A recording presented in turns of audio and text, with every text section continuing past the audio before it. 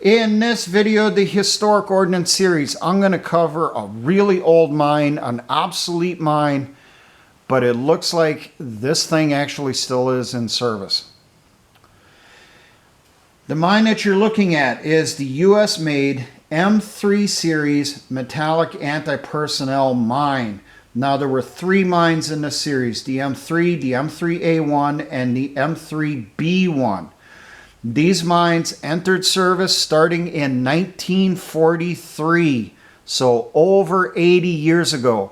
These mines have not been considered approved for frontline use in the U.S. military since about the late 1950s, at which point emergency wartime storage, and then from emergency wartime storage it looks like they were shifted over to our allies and also to special forces. This mine does appear in the Special Forces Engineer Sergeant Manual. Now, this mine reportedly can be located in Chile, Eritrea, Ethiopia, Iran, Iraq, South Korea, Laos, Oman, New Guinea, and I think that's left over from World War II, North Korea, and that's left over from the Korean War. And there's also notes on the Pacific Island battlefields. Wherever the U.S. had a base, we would put some of these in as protective minefields around the bases, and a lot of those mines apparently were left behind. Now, some of the technicals on this. As you can see here, it is a rectangular block, but the ends of the mine, as you can see down here, are square, and it's 3.5 inches by 3.5 inches. The height of the mine itself is 5 3/8 inches, and when you add the fuse onto it, it increases the height to 8 2/3 inches. Weight is 10 1/3 pounds, of which the explosive filler is 14 1/3 ounces. And the U.S. Army manuals I looked at from the 40s and 50s all say the explosive used inside was TNT flakes. So they did not pour the TNT in there while it was still molten and then let it harden. It was just flakes of it in there until the mine was full. Now, the body is made out of cast iron. There is a filler plug on the bottom. There is 3 fuse wells, one on the top and then one on each side. The ones on the sides are parallel like this, one coming in from one side, one coming in from the other, right next to each other. The reason they did that is so that this mine could be put in pretty much any way it needed to be put in out in the field. Whether you're putting it in as a booby trap or putting it in as an anti-personnel mine for a protective minefield on an installation. These mines came in 2 colors, OD green, and there's notes that a bunch of them were produced in sand color. How you could tell the difference between the two of them while they were in the crate is the color of the crate. If the crate was painted OD green, then the mines were OD green. If the crate was sand color, then the mines inside were sand color. Now, the crate for these mines contained 6 mines, 6 fuses, and 6 spools of tripwire. The fuses for this mine is the M7A1. Other fuses can be used as long as it takes the same thread as a US standard base, like you see at the bottom of the picture of the fuse here. As long as the firing device takes a standard base, it can be screwed into the cast iron casing of the mine.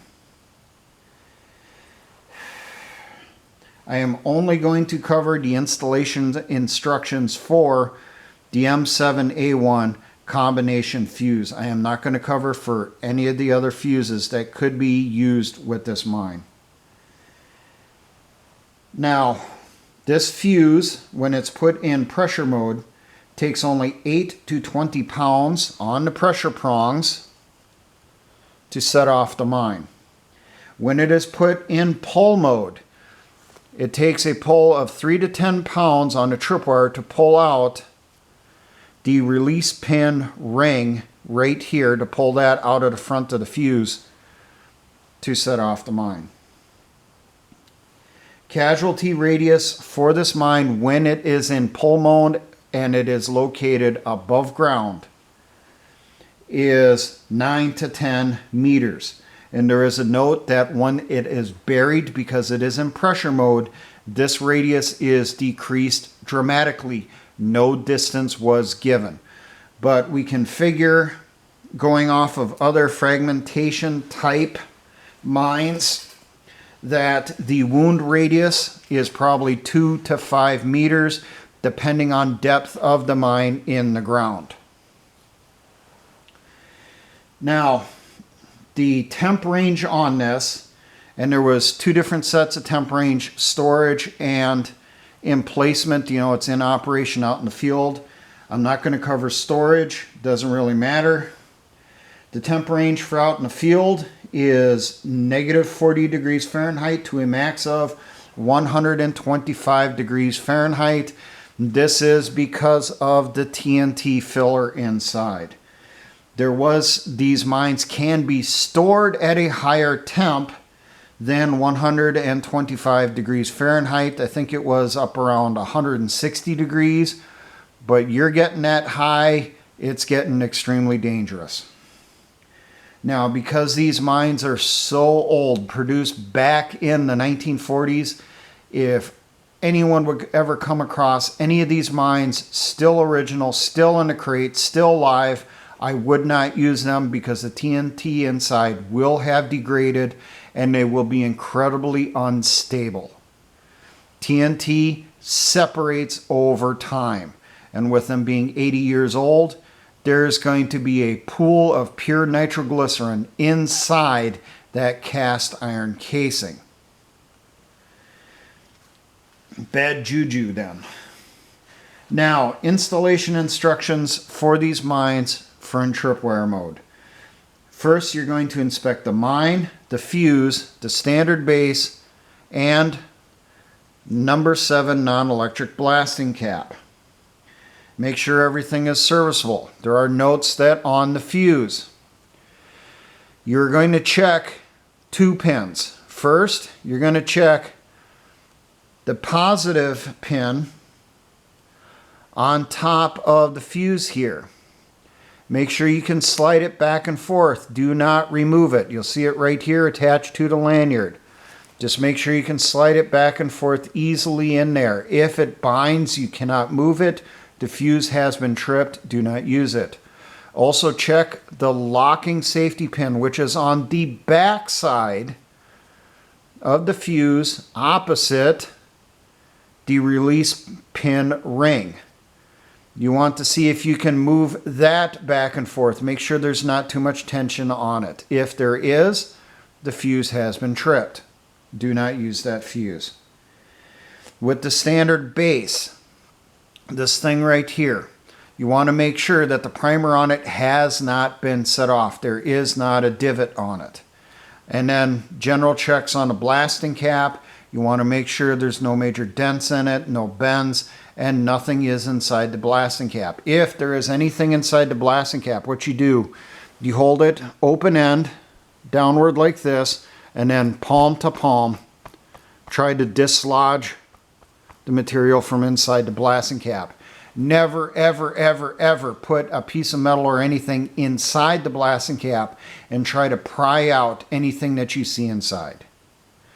Remember that farther down towards the end, there is going to be compound in there. It's usually a yellowish in color.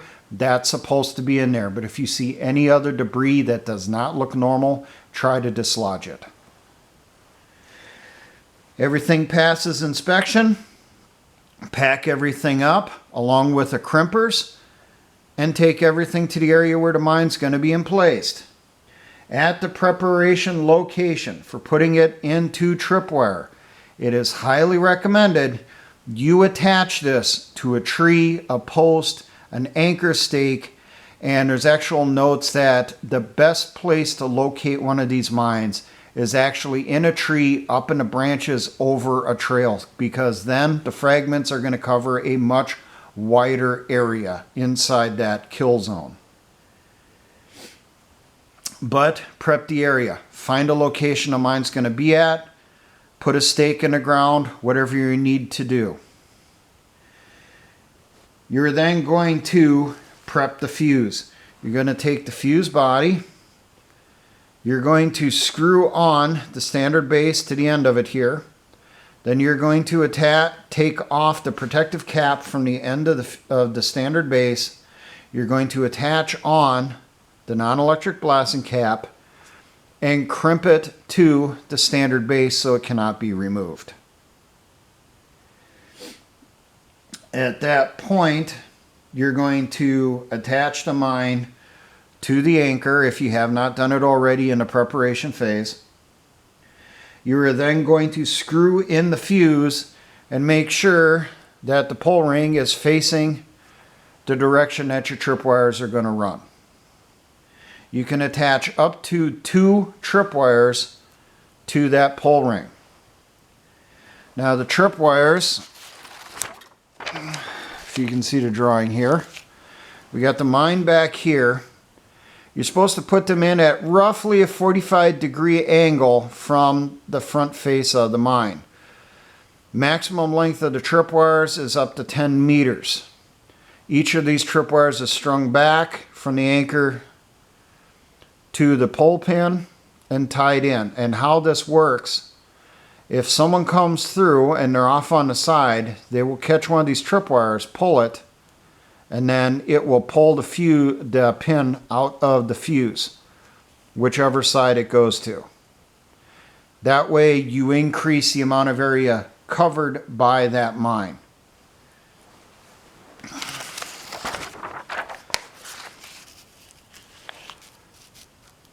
So we got our mine attached to our anchor point. We then move out in front of the mine and we emplace the anchors or find locations to tie off the tripwires. Tie it off to one anchor, bring it back to the mine, tie it into that pull ring. Make sure it is a little bit slack. You do not want it tight. You're then going to go out to your second anchor point. Tie off the tripwire there, bring it back and tie that off to the pull ring also. Now at this point, you're going to go through and you're going to arm the fuse. The first pin you're going to pull is the locking safety pin from the back directly behind the pull ring. Remove that. Then you're going to remove the positive pin from the top of the mine. Both of these pins have lanyards attached to them, as you can see in the photos here. So you first pull the bottom pin down here that has a lanyard, then you pull the top pin. That mine is now armed. Go through, camouflage, and clear the area. Now, removal of the mine when it is in tripwire mode. First thing you're going to do is you're going to check the area around the mine, making sure not to hit those tripwires. You're looking for any additional mines or booby traps in that area that are trying to protect this mine for some reason. If you find any, take care of them as you come across them.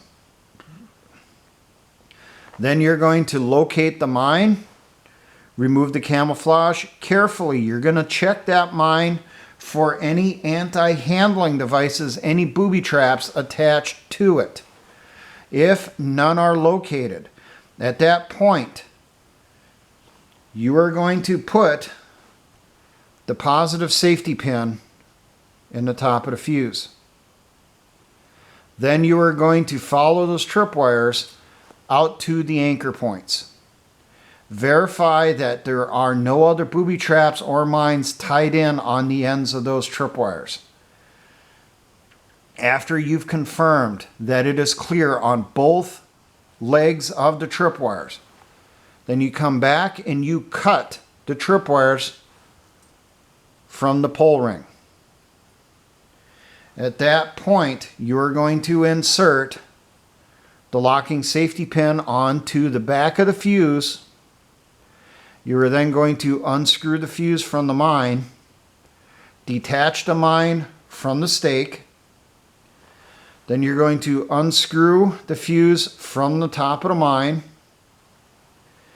Once you got the fuse off of the mine, you're going to unscrew the standard base from the bottom of the fuse. And then all three pieces get turned into the mine dump for reuse. You do not attempt to remove the blasting cap from the standard base. Once it's attached, it's attached. Do not attempt removal. The chance of you accidentally setting off that cap is very high. Now, installation in pressure, and this is not really recommended because you lose a lot of the effect of the mine. But you're first going to go through, inspect the mine, the fuse, the standard base, and the non-electric blasting cap. If everything passes inspection, you're going to move forward to where the mine or mines is going to be located. You're going to prep a hole for emplacing this mine. And the depth of the hole should be up to the bottom of the pressure prongs. Now, once you got the hole prepped, you're going to start prepping the mine. The first thing you're going to do, you're going to assemble the fuse. You're going to attach the standard base. You're going to crimp on the blasting cap to the standard base. Then you are going to screw the fuse into the mine. You're going to put the mine inside the hole. At that point, you're going to start feeding in dirt into the hole up to about a ½ inch to an inch below the locking safety pin. At that point, you're going to remove the locking safety pin. Do not touch, for any reason, the release pull ring on the other side. That must stay in place. Only remove the bottom pin, the one that has a lanyard attached to it, the locking safety pin. It is on the back side of the pull ring. After you've removed the locking safety pin, you will add more dirt up into the top, almost to the top of the fuse here.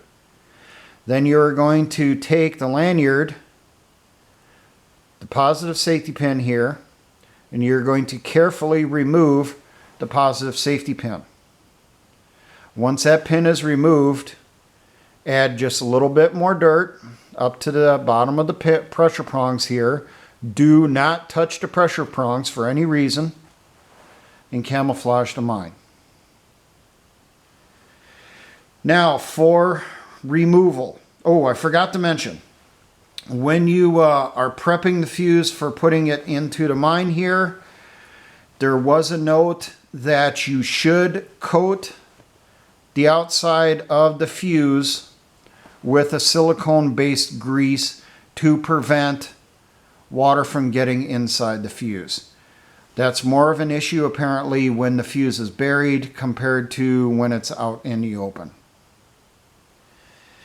Now, removal. First thing you're going to do, you're going to check around the area for other mines, other booby traps. If you find them, neutralize them first. After the area generally around the mine is clear, you're going to locate the mine itself. Remember, be careful. Anything that touches these pressure prongs could potentially set them off. Be extremely careful as you are looking for those pressure prongs sticking up out of the ground. Once you locate the mine, you will slowly and carefully remove the camouflage and start clearing around the fuse. Get down to, say, a ½ inch or to an inch below the top of the fuse here, the base of the pressure prongs, and you will insert the positive pin back inside there, or some other pin that's almost the same size, to safe the mine as best you can. You're then going to continue digging downward, being really careful not to pull that release pin ring. Once you're down below this point here, the big fat part on the fuse, you get down below that point, you should insert the positive safety pin into the back of the fuse, opposite the pull ring. Then you will continue digging down, clearing your way to the top of the mine. Now at this point, you're going to carefully check around the sides first, and then underneath for any anti-handling devices. If you locate a booby trap, an anti-handling device, that this mine is, meant to set off if it's removed, then just stop the removal, do not continue, blow the mine in place. If you do not locate any anti-handling devices, remove the mine from the hole, unscrew the fuse, making sure not to accidentally drop those pins out and potentially set the fuse off while you're doing it. After the fuse is removed, remove the standard base with the blasting cap attached, clean everything up, turn it into the mine dump for possible reuse or disposal. And that's all the basic instructions on this mine. They are incredibly obsolete, extremely old, and I would say extremely dangerous. If I ever came across some of these that were live, I would not attempt to use them. I would just send them out for disposal. It's not worth your life trying to put this in. The chance of it going off while you're trying to put it in will be extremely high because of the age and the degradation of the TNT filler inside the mine. You also run the risk that the age of the fuses may be so much that the stuff retaining the striker inside here could be so degraded, so corroded, that while you're just putting the fuse in, it could slip, setting off the primer on a standard base, detonating the mine. But there you go. This mine apparently is still out there, is still in the ground, is still a danger.